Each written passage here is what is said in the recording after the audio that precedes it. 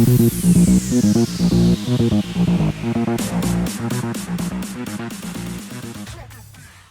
everybody, it's Jeremy from Four Horsemen, and I am excited to share with you today the unboxing of the production version of the game.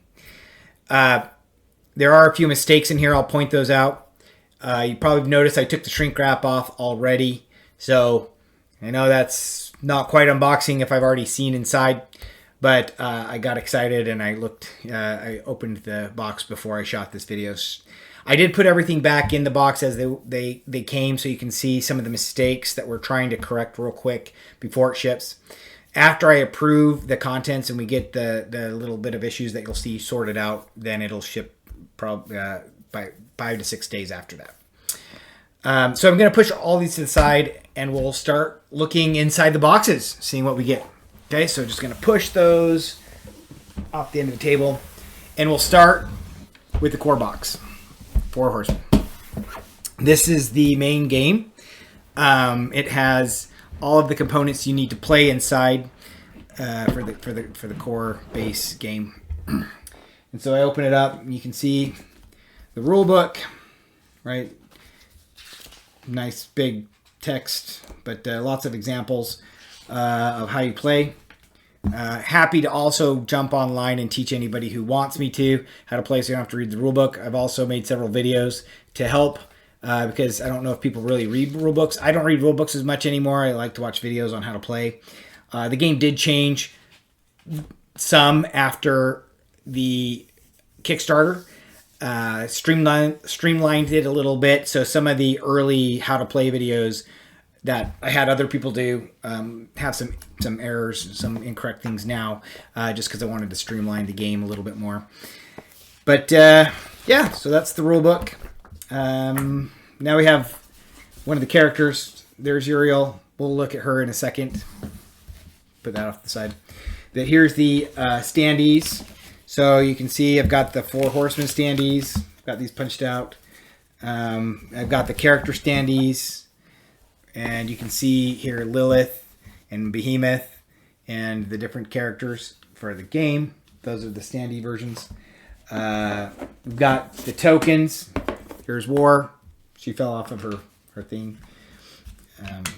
But you've got these tokens. These are just used to track different card abilities and things like that if you need them. I don't ever use them because there's not that many that you need to track. But occasionally they can be useful, especially if you're playing with a lot of players. They track how many cards you bought because, for example, the churches, the more you buy, the more they do. They track how many extra draws or minus draws you have, but those are also printed on these cards. So they're there for convenience if people like them. You don't have to use them. These are destruction tokens and corruption tokens. The destruction tokens are used with Iblis. He destroys the board as he goes, and so you put these on to cover up certain spaces.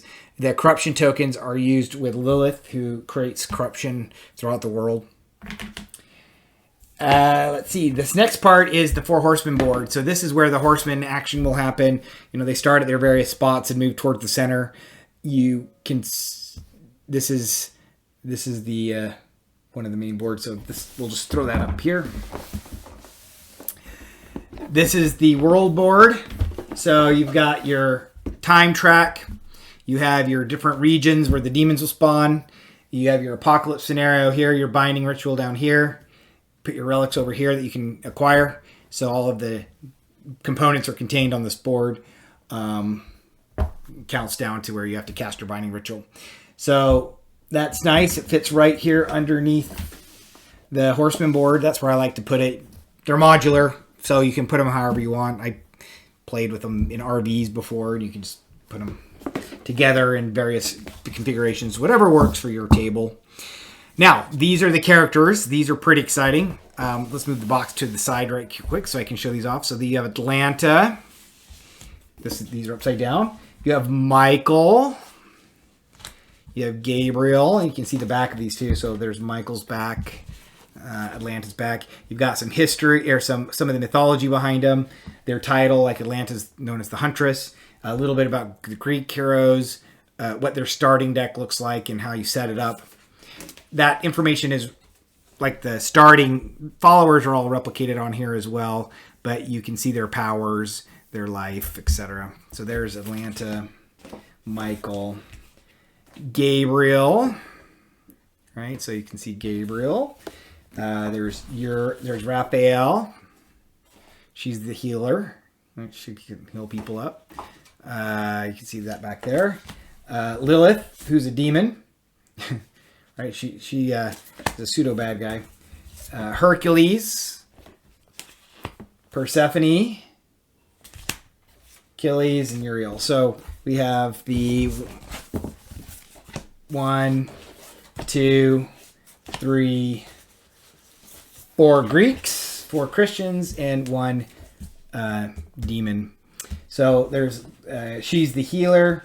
He manipulates the board quite a bit by moving demons around. Michael can kill a lot of demons, and Uriel is your classic support. Atlanta is like a skirmisher. She flies around the board killing things. You have Hercules, who's your big brute. He's very strong. He can kill everything, but he's one-trick pony. He kills things. Persephone, who does card manipulation. She lets you draw a lot of extra cards, which gives you an advantage on being able to play a lot of different options. And then you have Achilles, who is your classic tank. He can heal himself and only himself. He's a self healer. So those are the characters in the base game. Now let's take a look at the villains. I did a video on the villains just recently, so I won't go through exactly who they are. But we can see how many there are, right? You have, let's put these guys to the side. But you can see you have Lilith. You have Mephistopheles, who is one I actually forgot to do in the last video, so I'll put his card into the expansion video. Krampus.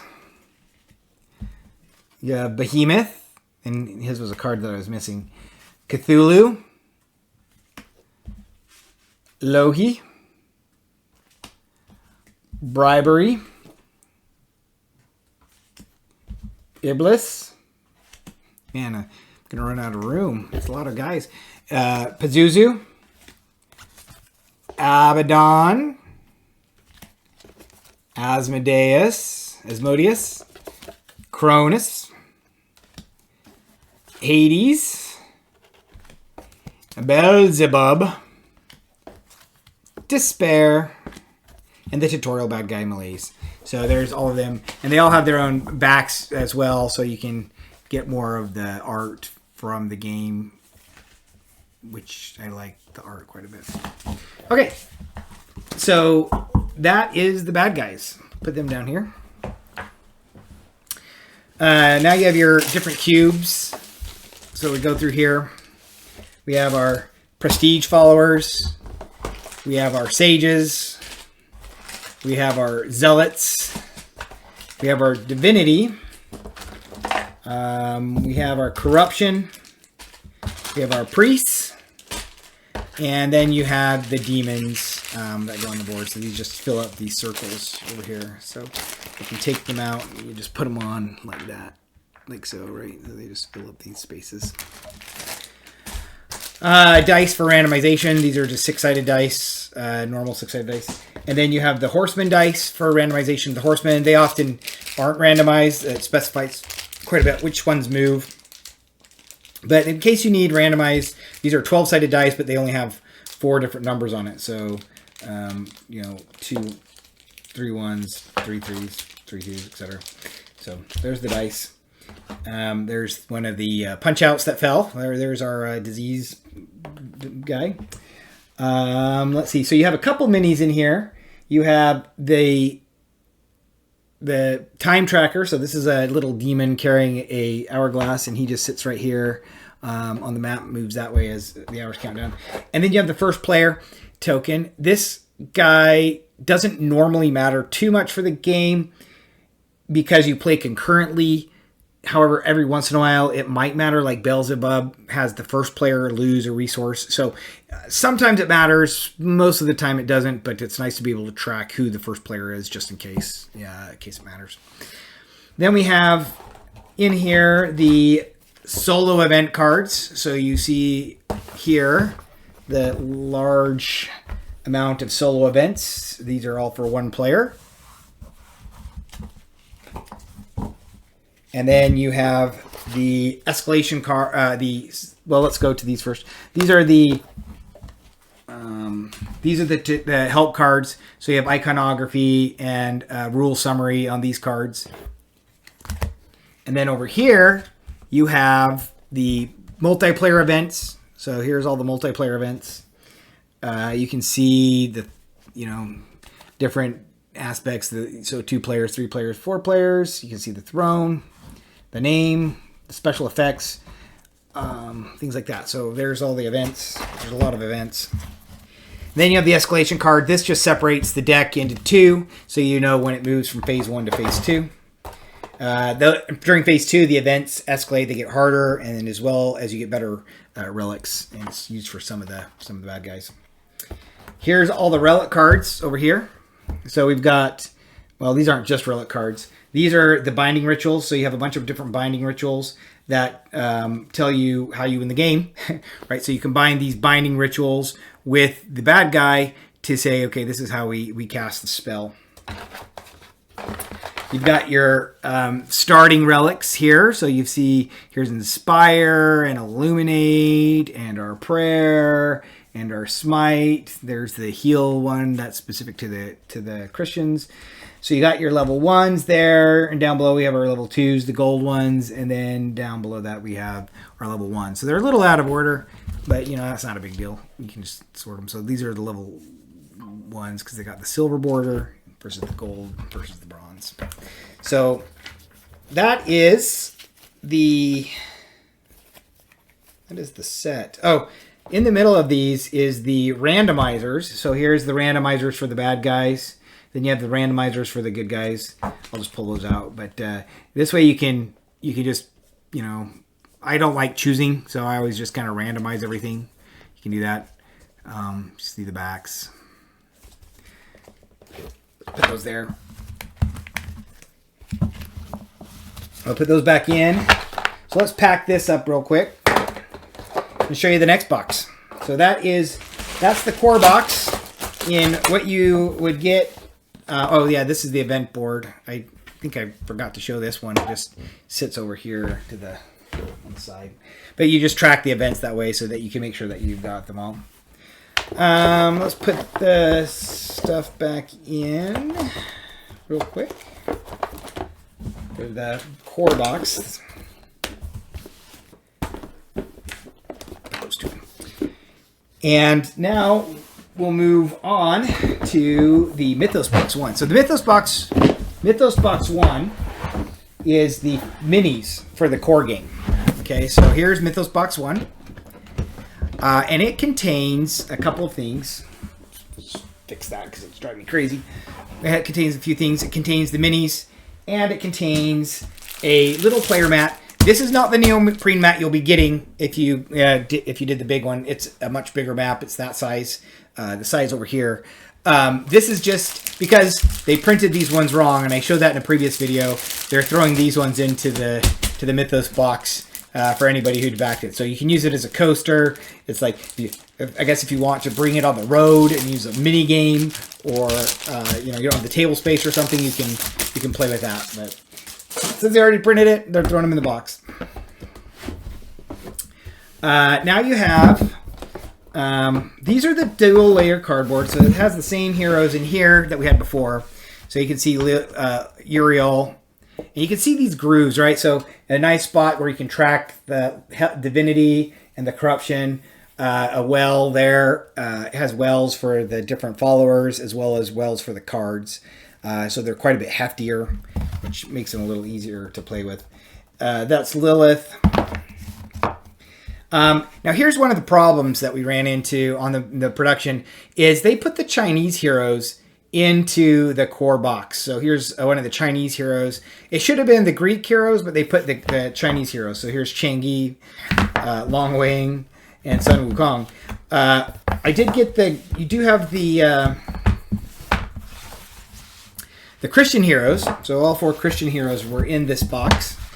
But then you have the Chinese mixed in.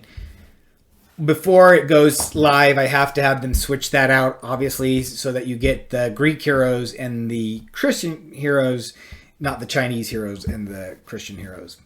So they're going to switch that out, and then that's one of the things that they need to fix. So there's the dual layer cardboard, and you can buy these separately. If you bought these separately, these will ship all shrink wrap together as well. So you'll get those in the mail separately if you didn't buy. If you bought just this add-on. All right, so now let's take a look at some of the minis. Here's the minis. You have the 4 horsemen. So you have, there's, if the camera will focus, there's disease. And they're all in their biblical colors. So you have disease is green. Death rides a pale white horse. So he's in white.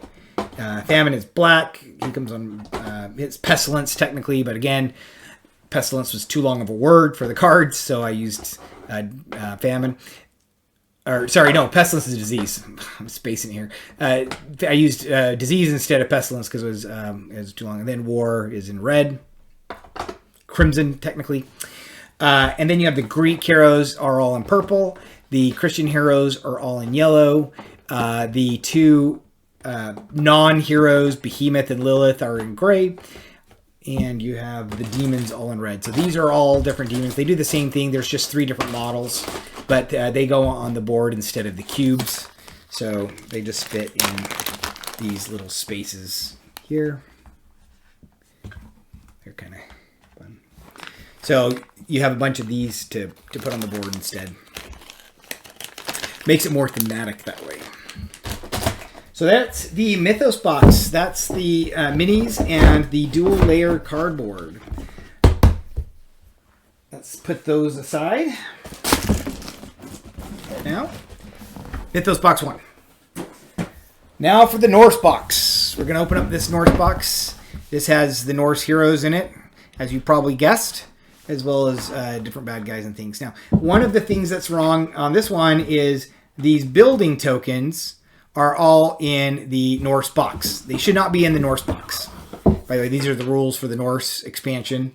They had things like archdemons and stuff, but these are building tokens. They should be in the Egyptian box. I'll explain them when we get there, but that's a mistake. So you have the Norse standee heroes right here. There's those 4. That's one of the buildings. You have the Norse heroes, Skadi. Let's put these out here. So you can see Skadi, Heimdall, Thor, and Freya. Put that there. Then you have these rune stones. These are used for the Norse heroes. They use rune stones to power up a lot of their relics. You have the different bad guys. So let's take a look at those. Oh, let's show you the back real quick of these. So you have Thor, Freya, Heimdall, and Skadi.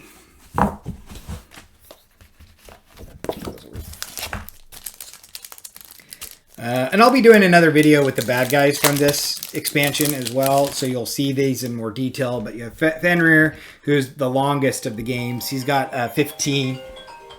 Sorry, that's my phone. I should have silenced it first. Bad Jeremy. And then I have Loki. He's fun. He does a lot of magic stuff. Put them over here so you can see him. You have Chaos and you have Avarice. Those are the 4 bad guys. Then you have the event cards for the... You have the event cards.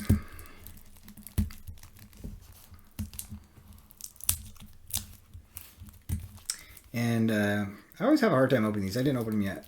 But I know that they have like a little tab on the side that I should just be able to grab and pull. But I've never been very good at that. I always just kind of struggle. Struggle quite a bit with opening these things. But it's coming. Look, it's coming. That's one reason I opened them beforehand. Because I recorded the other video before I opened it. And it was a mess. Because it took me like 20 minutes to open some of these things. Not one of my strong suits. Okay, so here you can see there's the solo events and the events. well, I cut those pretty well. So here's the solo events. And then here you have the normal events.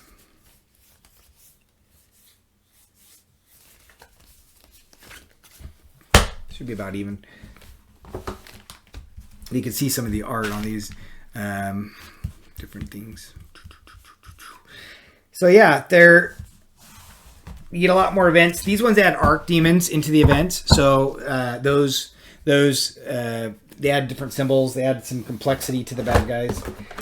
Over here you have the 5 and 6 player cards. The way the 5 and 6 players work is that instead of drawing a regular event card, you have these event cards that you draw instead. And I am so sorry about that. You have these different event cards instead, and you draw these, and it gives you something else that happens. So, for example, if I drew this one, I'd get a horseman. If I drew this one, I'd get I'd lose some zealots, and you get to choose. You draw these, and it says, sorry, I'm going to start over. So these are the event cards for 5 and 6 players. They don't have quite the theme that those are doing, but that these event cards have. But they simplify the gameplay for 5 and 6, so it goes a lot faster. Basically, instead of revealing one of these cards, you're just shuffling these up every turn and drawing them, and it's going to tell you what the event was by adding the cards together from each player. So it randomizes the events. It still works, if you want to play it with 2 and 3 players, it works just as well with 2 or 3, but you do lose some of the theme and some of the because each of these were designed to tell like some abstract story. But these work great, and they make the game a little faster for people who are interested in that. You do have the relics here, randomizers. So there's your 4 guys. You have additional binding rituals that you can cast. So those are used to seal away the bad guy. You have the randomizers for the bad guys. And then what you need to do for 5 and 6 players, it adds a bunch of relics. And then also adds the Norse relics. The Norse one also adds relics for both the Christian and Greek heroes. It adds special relics for them called the upkeep relics, because it adds this interesting mechanism for the upkeep. The Norse probably is I would say it's my favorite expansion, but it's the expansion that adds the most gameplay for me, and I never play a game without the Norse. I can play without adding the Chinese, or can play without adding the Egyptians, but I love adding the Norse expansion because I like the mechanic of the Arc Demons so much in the upkeep. I like the base game too, but just something about the Norse is where it puts it over the top for me. And that might be because I played so much that the base game doesn't have quite the complexity level that I like. But this is the Norse expansion. Yeah. So we'll put that away. And the next up will be, let's go for the Egyptian expansion next, because I have the Egyptian buildings out here. So the Egyptian expansion adds the Egyptian heroes. It adds the buildings tokens, and it adds demon gates. So here is the rules for the Egyptian expansion. I have a building board, so this one just shows me what it takes to build buildings.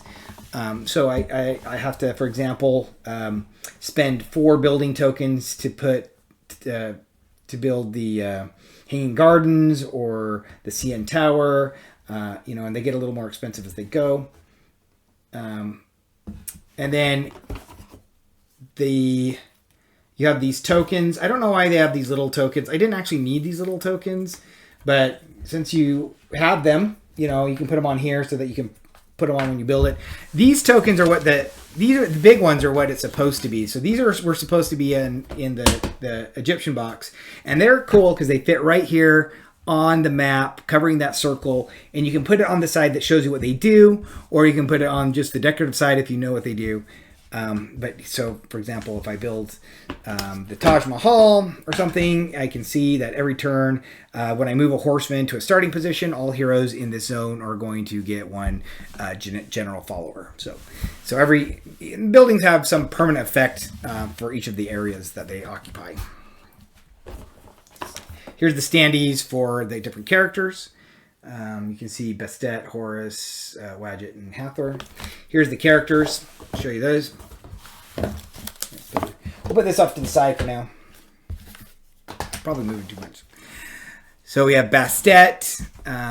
Right, I like her art. She's here fighting Ra, her father. You have Horus, and he's got here his fighting set. Wadjet taking on Apep, and Hathor, who's trying to seduce Agon, one of the bad guys from this expansion.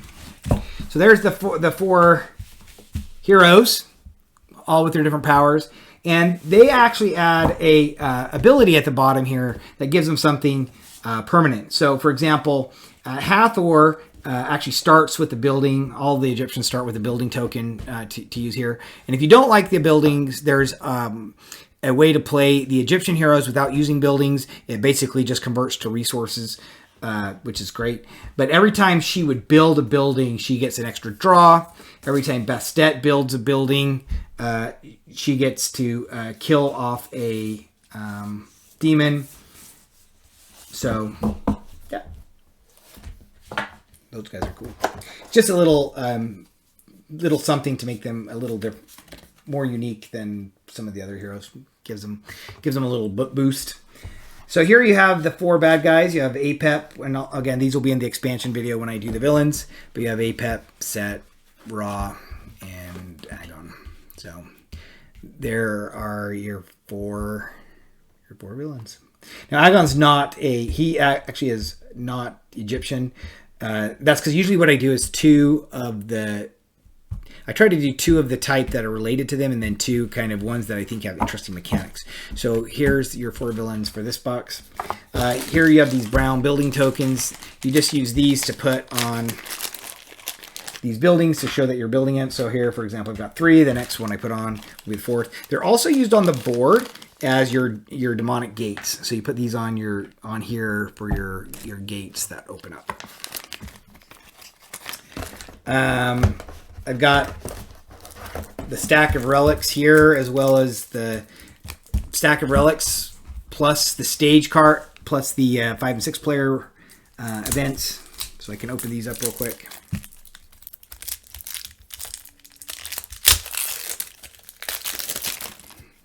So there you go. So there's more binding rituals, more randomizers. There is the relics, both level 1 and level 2, and the starting ones. And then, 5 and 6 players. Yeah, put those back in. There we go. And then here are the event cards. I didn't open these yet. So you can see the event cards are here. Mummy's Curse. And the event cards for the Egyptians have a lot of conditionals on them. So if you have a building, or if you don't have a building in a spot, then something happens. They encourage you to build or not build buildings depending on who the bad guy is. But you can see some Mummy's Curse. So there you go. So that's the split right there. So you have Mummy's Curse and the solo player, multiplayer. That's the difference. But yeah, so you have a big stack of new events to deal with.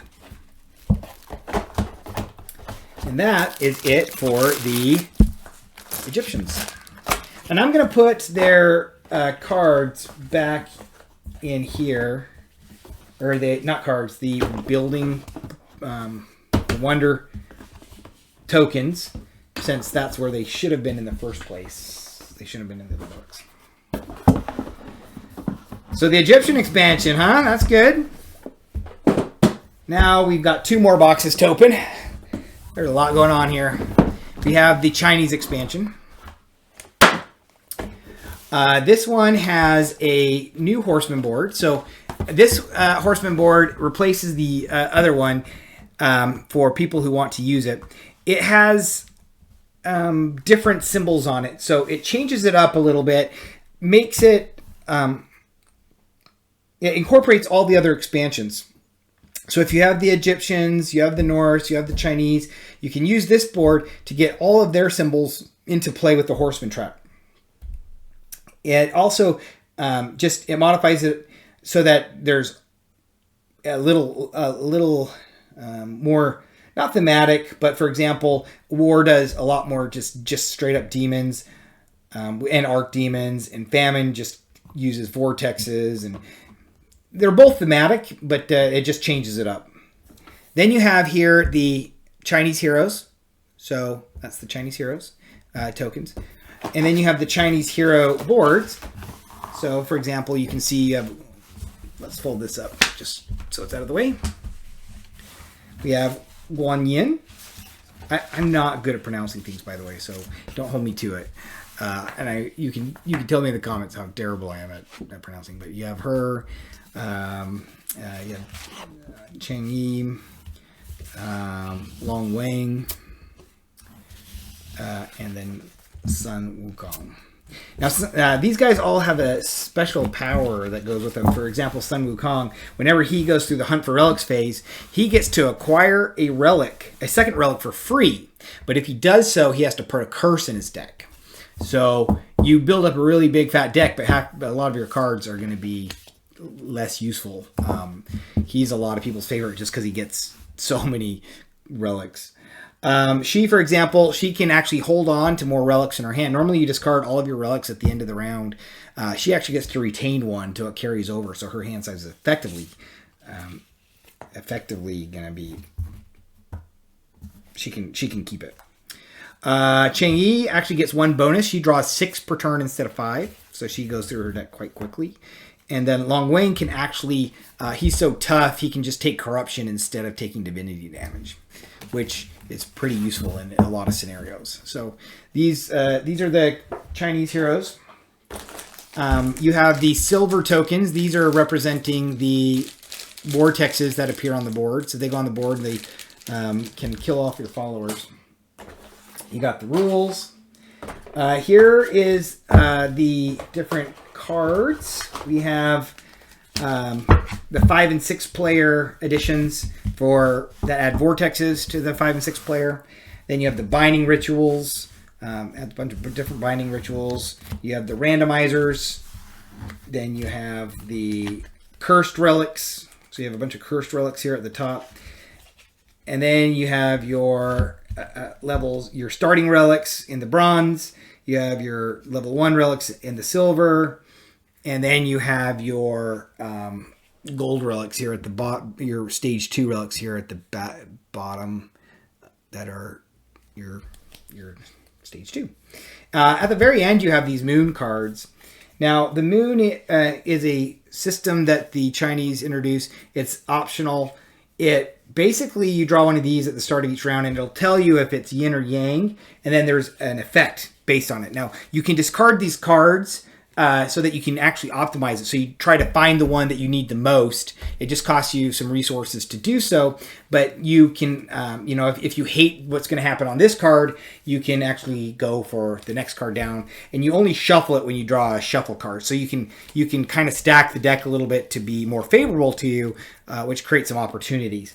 But it adds some flavor, it adds some variance, and it also impacts the Egyptian or the Chinese cards here. So all these relic cards, a lot of them depend on whether yin or yang are in effect.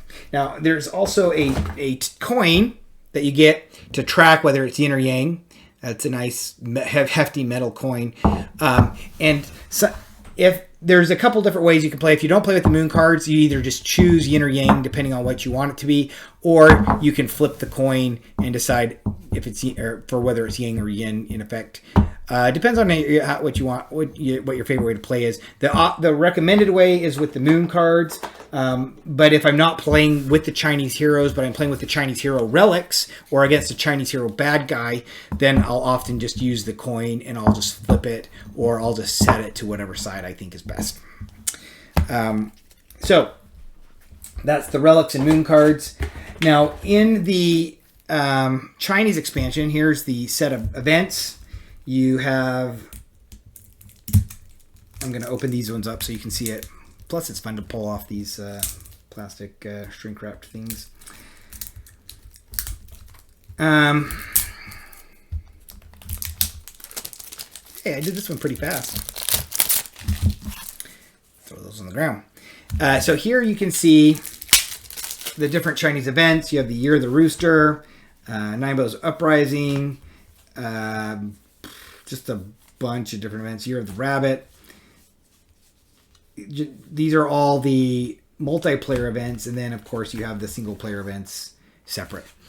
You do, with the Chinese expansion, get a new how to play card that adds all of the rules from all the different expansions. So if you wanted to know, you have a new card that shows you exactly what happens with the Norse or with the Egyptians, you get that, plus all the updated iconography that comes with all of the different expansions. So you have the Archdemons, you have everything else that you need to play with all the heroes. I'm gonna put that back there.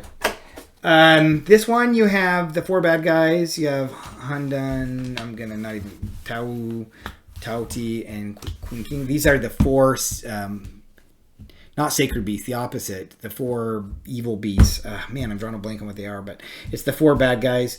They do different things. Handan's really fun. You buy all of your relics face down. You don't actually get to see what you're buying because he causes confusion. But these are the different bad guys that you can see. Okay, and then finally in here is a set of, oh no, I opened the bag. These are your meeples for your gurus. They go on here like this, and they are a new resource essentially that the Chinese use.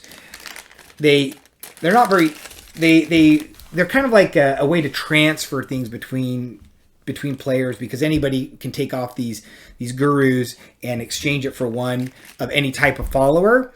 The downside is that they fill up the board, so they sit here on the board. They're put on in some scenarios, but they're an interesting addition. So we're gonna put that away. That's the Chinese expansion. And let me just put the box top on that one.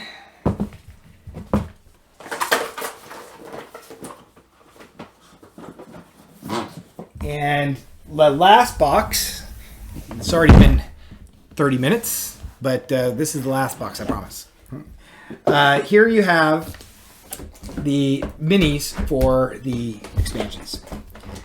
So I can pull out all of these. These are the double layer tile. Or double layer cardboard. So you can see here's the Egyptian ones. You can see here is the Norse ones. And unfortunately, this is a Greek hero.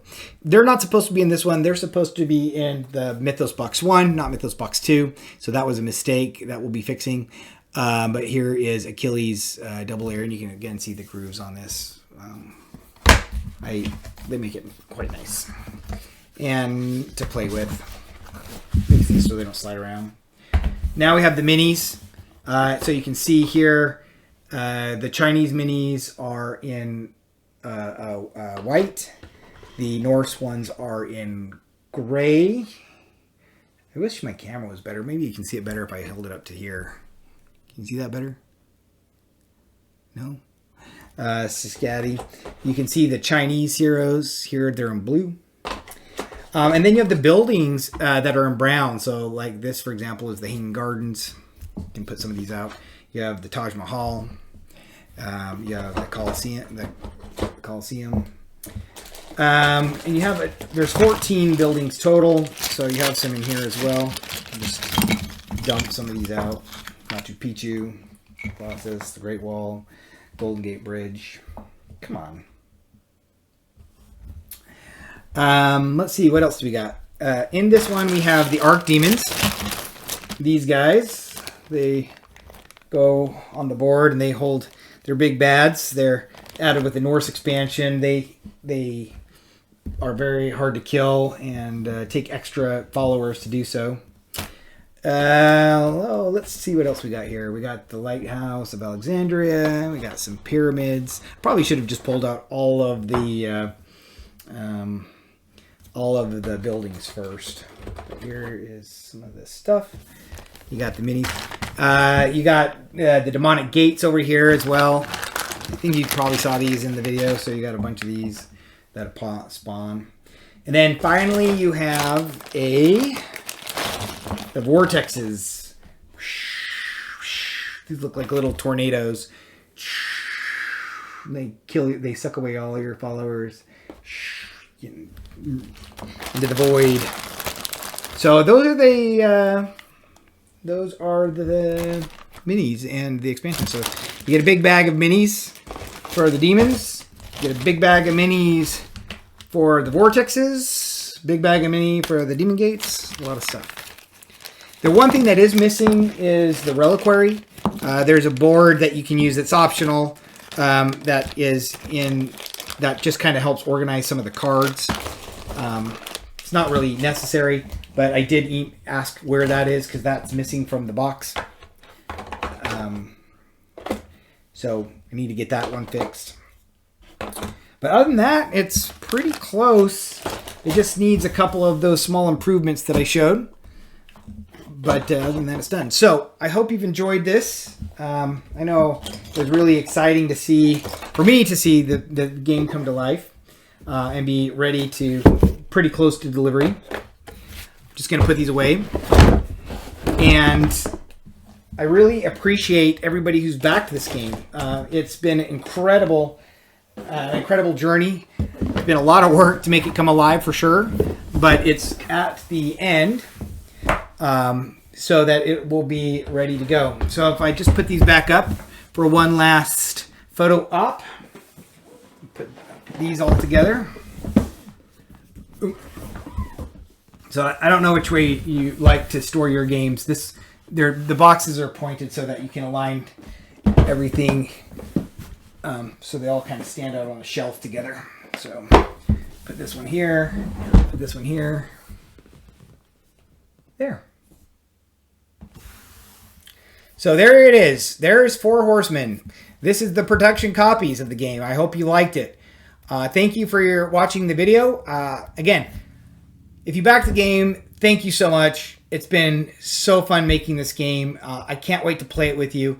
If you want to play it with me or have me teach you how to play it personally, I will jump on line. I'll jump on to Tabletop Simulator. I'll do a Zoom session. Whatever gets you to let you play the game.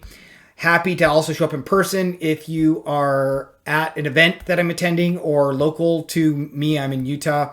But if you are going to be at BGG Con, I will be there. I will also be going to Gen Con next year with the game so that I can show it off. And I just hope that you love playing this game as much as I do. Thanks again, and you have a great night.